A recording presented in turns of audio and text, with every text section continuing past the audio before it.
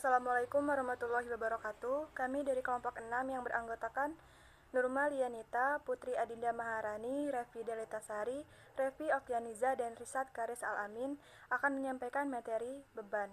Materi yang pertama yaitu pengertian beban. Beban adalah aliran keluar terukur dari barang atau jasa yang kemudian ditandingkan dengan pendapatan untuk menentukan laba atau sebagai penurunan dalam aktiva bersih sebagai akibat dari penggunaan jasa ekonomis dalam menciptakan pendapatan atau pengenaan pajak oleh Badan Pemerintah Sumarso 2013. Sedangkan menurut Keso, Weigan, dan Warfil, tahun 2016, beban memiliki pengertian penggunaan lain dari aset atau jaminan utang dalam periode tertentu untuk mengirimkan, memproduksi barang, pemberian pelayanan, atau lain sebagai yang berkaitan dengan operasi utama perusahaan yang sedang berlangsung. Sumarso tahun 2013, beban dapat dikelompokkan menjadi yang pertama, beban penjualan atau selling expense.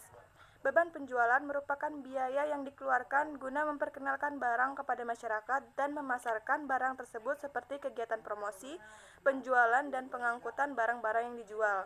Yang kedua, beban administrasi dan umum atau general and administrative expense. Beban yang bersifat umum dalam perusahaan. Yang ketiga, beban lain-lain atau other expense. Seluruh beban yang tidak ada hubungan secara langsung dan pasti dengan kegiatan utama perusahaan atau perdagangan dikelompokkan ke dalam beban lain-lain atau other expense atau beban non-usaha atau non-operating expense. Baik, sebelumnya perkenalkan, nama saya Putri Adinda Maharani, NPM 230-327. Di sini saya akan melanjutkan materi yaitu tentang pengakuan beban. Pengakuan beban terjadi yaitu pada saat beban tersebut dikeluarkan, beberapa jumlahnya, dan bagaimana hubungan beban yang dikeluarkan tersebut dalam kegiatan operasi perusahaan. Pengakuan bebannya menggunakan metode akrual basis, yaitu ditetapkan berdasarkan kontrak dengan masa manfaatnya.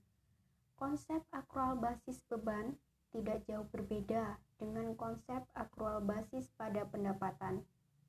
Dalam konsep akrual basis, dibutuhkan pengawasan beban yang memiliki sistem atau prosedur yang harus diperhatikan oleh perusahaan, seperti semua beban yang dikeluarkan yang ada hubungannya dengan aktivitas perusahaan yang sedang dikerjakan yang ada otoritasnya dari bagian keuangan.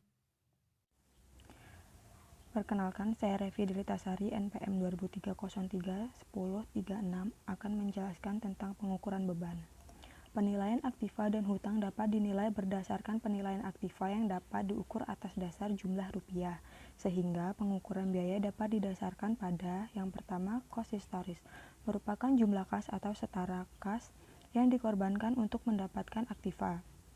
Biaya yang diukur atas cost historis untuk jenis aktiva seperti gedung, peralatan, dan sebagainya. 2. Cost pengganti atau cost masukan terkini atau replacement cost atau current input cost. Untuk memperoleh aktiva yang sejenis dalam kondisi yang sama, suatu entitas memperlihatkan jumlah rupiah harga pertukaran yang harus dikorbankan. Contohnya, penilaian untuk persediaan. Yang ketiga, setara kas atau cash equivalent. Menjual setiap jenis aktiva di pasar bebas dalam kondisi perusahaan normal merupakan rupiah yang dikeluarkan.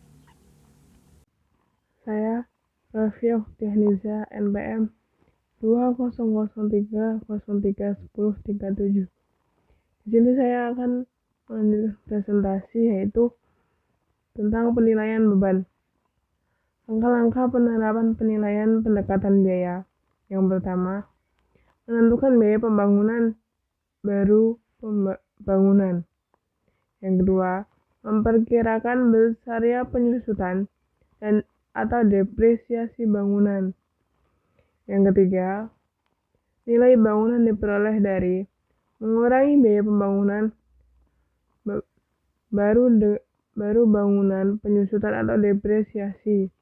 Yang keempat, menentukan nilai tanah di mana bangunan itu didirikan. Yang kelima, nilai pasar wajar properti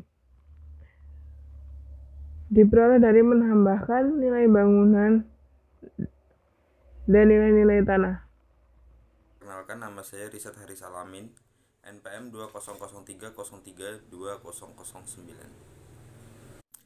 Baik, di sini saya akan menyampaikan tentang pengungkapan beban dan penggunaan beban. Yang pertama yaitu pengungkapan beban.